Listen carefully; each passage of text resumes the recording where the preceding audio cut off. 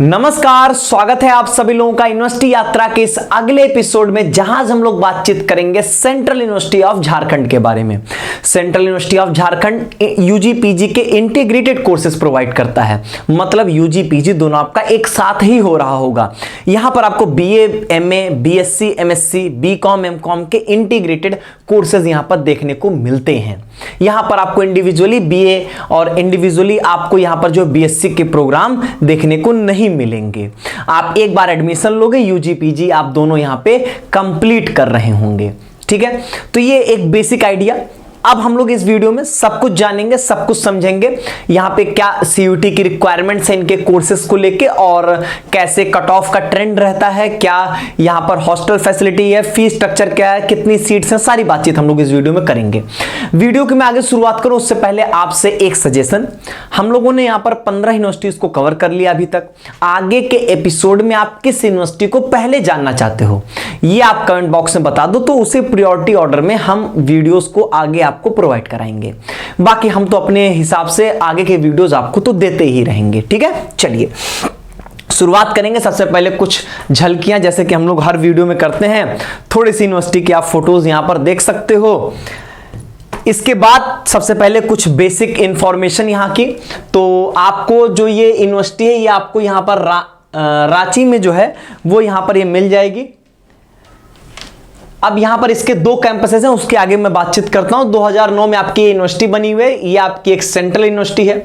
Admission related सारी information आपको इसी वेबसाइट पे जो है वो मिलने वाली होगी। यहां पर इसके दो कैंपसेस हैं, एक टेम्पोररी कैंपस और एक permanent campus.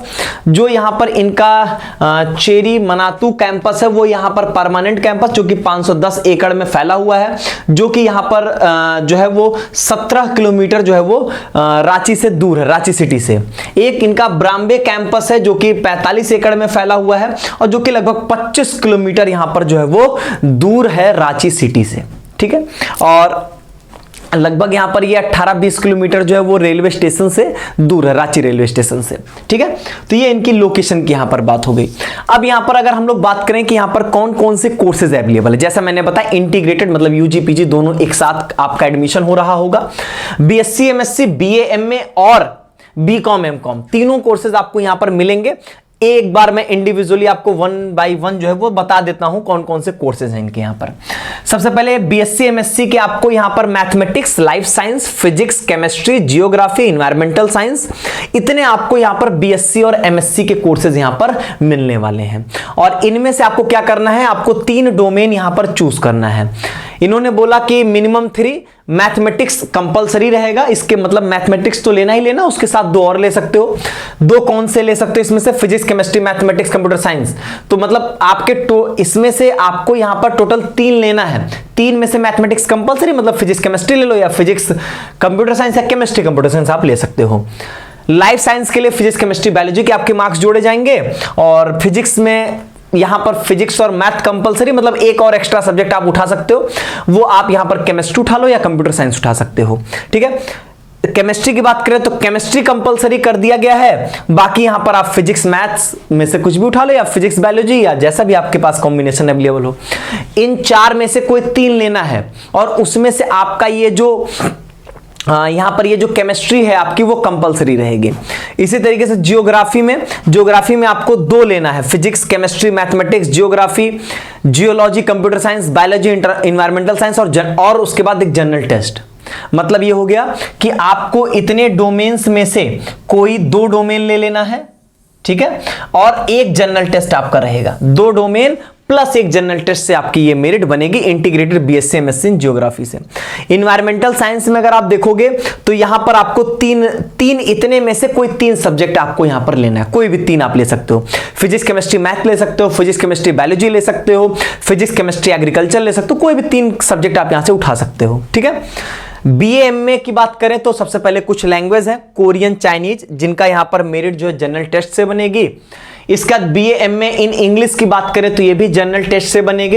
Integrated BA, MA in Hindi general test. Mass communication, anthropology, political science, economics, सब जनरल टेस्ट से आपकी मेरिट बनेगी। 4 ईयर इंटीग्रेटेड बीए, बीएड का भी इनका और बीएससी, बीएड का भी प्रोग्राम है। तो इन्होंने बताया इसमें आपको एक लैंग्वेज ले लेनी है, हिंदी या इंग्लिश, और टीचिंग एप्टीट्यूड। हिंदी इंग्लिश में से कोई एक और टीचिंग एप्टीट्यूड, ठीक है। हिंदी इंग्लिश बीएससी बीएड के लिए भी एक कोई लैंग्वेज और डोमेन में आप टीचिंग एप्टीट्यूड जरूर अटेम्प्ट किए, तब आप यहां पर इंटीग्रेटेड बीए बीएड या बीएससी बीएड के लिए एप्लीकेबल होंगे। बीकॉम एमकॉम की अगर हम बात करते हैं तो यहां पर अकाउंटेंसी, बिजनेस स्टडीज और इकोनॉमिक्स, ये 3 डोमेन से आपके मेरिट बनेंगे। अकाउंटेंसी, बिजनेस स्टडीज और इकोनॉमिक्स से आपके यहां पर मेरिट बन रही होगी। अब यहां पर अगर हम लोग बातचीत करें किस कोर्स में कितनी सीट है कैटेगरी वाइज, तो आप यहां पर देख सकते हो, यहां पर आपके सारे कोर्सेज की लिस्टिंग की गई है, टोटल कितने स्टूडेंट्स यहां पर एनरोल्ड हो सकते हैं और कैटेगरी वाइज जो डिस्ट्रीब्यूशन है वो आप यहां पर देख सकते हो, ठीक है। टोटल इनके पास 658 सीट्स यहां पर अवेलेबल हैं सारे कोर्सेज को अगर यहां पर देख लिया जाए तो, ठीक है। चलिए अगर हम लोग यहां पर आगे देखें तो आगे यहां पर इनका आता है फी स्ट्रक्चर की। अगर हम लोग यहां पर बातचीत करें तो फी स्ट्रक्चर यहां पर इंटीग्रेटेड बीएससी एमएससी के कोर्सेज का ये पहले सेमेस्टर, दूसरे, तीसरे, चौथे, पांचवें, छठवें, टोटल आपके ये जितने भी बीएससी एमएससी या बीए एमए या बीकॉम एमकॉम के कोर्सेज हैं सबकी ड्यूरेशन 5 साल की है। हर साल में 2 सेमेस्टर, टोटल यहां पर आपके हो जाएंगे 10 सेमेस्टर। तो 10 सेमेस्टर की फीस यहां पर कोर्स वाइज मेंशन्ड है। बीएमए इंटीग्रेटेड बीकॉम एमकॉम की फीस अलग है, बीएमए मास कॉम की फीस अलग है, बीएमए इंग्लिश की फीस, एंथ्रोपोलॉजी और चाइनीज कोरियन। तो यहां पर जैसे जैसे फीस स्ट्रक्चर वो यहां पर आपके लिए मेंशन है, तो आप जिस भी कोर्स के लिए होगे आप यहां पर देख सकते हो, ठीक है। बीएससी एमएससी के जितने भी कोर्सेज है सबकी फीस एक जैसी ही है, ठीक है, जितने भी हैं आपके फिजिक्स केमिस्ट्री मैथ जितने भी हैं।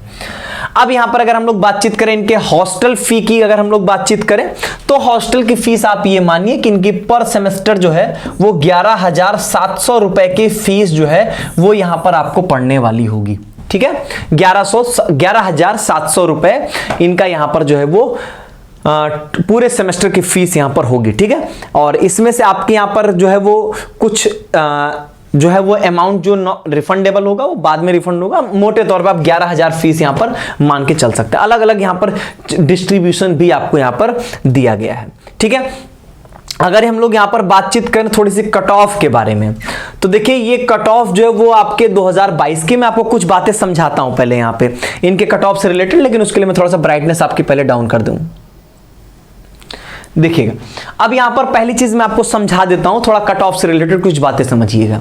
आप देखना चाहो तो इनके ये पीडीएफ में अटैच कर दूंगा। 2022 की कट ऑफ है ये, 23 की भी नहीं, 22 की कट ऑफ है ये। तो आप देखोगे तो इनके सभी कोर्सेज में इन्होंने यहां पर अच्छा हाँ एक चीज और, ये इंटीग्रेटेड बीटेक एमटेक का कोर्स सीयूईटी के थ्रू नहीं है, ठीक। अब इधर देखिए यहां पर क्या है कि आपके जितने भी इनके कोर्सेज हैं ये यहां पे कट ऑफ दी गई है। General, EWS, OBC, SC, ST. इसका मतलब ये है कि 58 नंबर कट ऑफ थी, 58 नंबर से ऊपर एडमिशन हुआ होगा, 179 के ऊपर एडमिशन हुआ है। और ये इनके पहले राउंड की जो है वो यहां पे कट ऑफ लिस्ट थी, ठीक है, 2022 की। 2023 की भी कट ऑफ सब्जेक्ट वाइज अलग अलग अवेलेबल है, लेकिन मैं आपको एक जनरल बात बताऊं, जितनी कट ऑफ आप यहां देख रहे हो, पहली बात तो ये पहले राउंड की है, इसी के आसपास 2023 की भी कट ऑफ थी, कोई बहुत बड़ा डिफरेंस नहीं था। अब मैं आपको एक चीज बताता हूं, यहां पर ऐसा हुआ कि कुछ सीट्स वैकेंट रह गई, तो वहां पर जो है वो ओपन एडमिशन भी हुआ। मतलब आप डायरेक्ट जो है वो गूगल फॉर्म भर के इनके यूनिवर्सिटी का और डायरेक्ट एडमिशन आप ले सकते हो। तो और जो इनके पिछले साल की जो 3rd राउंड की लिस्ट थी उसमें सभी रजिस्टर्ड कैंडिडेट्स को इन्होंने बुला लिया था एडमिशन के लिए, सभी रजिस्टर्ड कैंडिडेट्स को जिन्होंने भी यहां पर रजिस्ट्रेशन करवाया था। तो कट ऑफ जानने का कोई आप बहुत बड़ा औचित्य नहीं है, ना ही उसके पीछे आपको बहुत परेशान होना है। इन जनरल आप जान लो, आप रजिस्ट्रेशन करोगे, इनके आप एलिजिबिलिटी क्राइटेरिया को अगर आप फुलफिल कर रहे हो, चीजें आपके लिए आसान है, हो जाएगा। कोई बहुत बड़ा मुश्किल यहां पर एडमिशन के लिए आपको दिक्कतें नहीं आएंगी, ठीक है। बाकी कट ऑफ के लिए मैंने बताया कि इन जनरल यहां पर आप ये कट ऑफ लिस्ट देख लो, यहीं से थोड़ा आप अंदाजा लगा सकते हो। और नहीं तो फिर आपको मैंने बताया ना कि जैसे कि पिछली बार इन्होंने 3rd राउंड में ही सारे रजिस्टर्ड कैंडिडेट्स को ऑलमोस्ट सभी कोर्सेज में, किसी किसी कोर्स में मैं छोड़ देता हूं, तो ऑलमोस्ट सभी कोर्सेज में इन्होंने यहां पर सारे रजिस्टर्ड कैंडिडेट्स को बुला लिया था। तो अब सीधी सी बात है कि अगर आप सारे रजिस्टर्ड कैंडिडेट्स को बुला ले रहे हो तो वहां पर कट ऑफ की बात कहां से आएगी। और बाद में इन्होंने ओपन एडमिशन गूगल फॉर्म के थ्रू भी रख दिया था अपने वैकेंट सीट्स को भरने के लिए।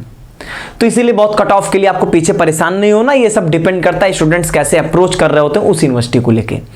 नहीं, अगर स्टूडेंट ज्यादा अप्रोच करेंगे तो सीट खाली ही जाती है, ठीक है। और बाकी बात ये भी है कि इंटीग्रेटेड कोर्स है 5 साल का, तो ऐसा है कि बहुत बच्चों के मन में होता है कि हम क्यों ही 5 साल के लिए अपना एक साथ फंसा दें। ऐसा हो कि हम ग्रेजुएशन करते हैं, उसका कई बच्चों को होता है ना, ग्रेजुएशन करके फिर वो कंपटीशन की तैयारी करेंगे, नहीं उनको पीजी करना है और इसमें आप फंस जाओगे पहले से ही। तो इसलिए भी कई बच्चे इस कोर्स को अप्रोच नहीं भी करते हैं, ठीक है। तो वही सारी बातें, इसलिए कट ऑफ के पीछे बहुत परेशान मत होइएगा। रजिस्ट्रेशन करवाए हैं, रजिस्ट्रेशन आप करवाइएगा, वो बहुत इंपॉर्टेंट है।